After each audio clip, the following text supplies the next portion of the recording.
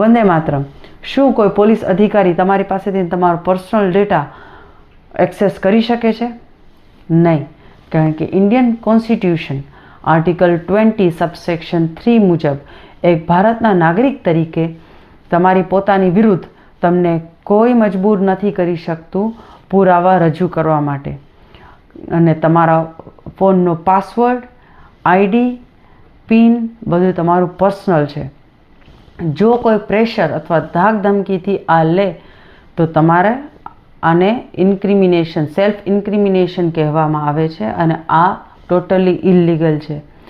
Police પાસે પણ પોતાના પાવર્સ છે. જો તમારી વિરુદ્ધ કોઈ ગુનો નોંધાયો હોય તો તમારો ફોન સીઝ કરી શકે છે, પણ એમાંથીને ડેટા એક્સેસ કરવા માટે એને કોર્ટના ઓર્ડર્સ અને કોર્ટની પરમિશનની જરૂર પડે છે અને એ સિવાય જો લેવામાં આવે તો એ ઇલીગલ છે. જો તમારી સાથે આવું કાંઈ પણ થયું હોય તો તમારે એક સારા વકીલની સલાહ લેવી જરૂરી છે. નમસ્તે.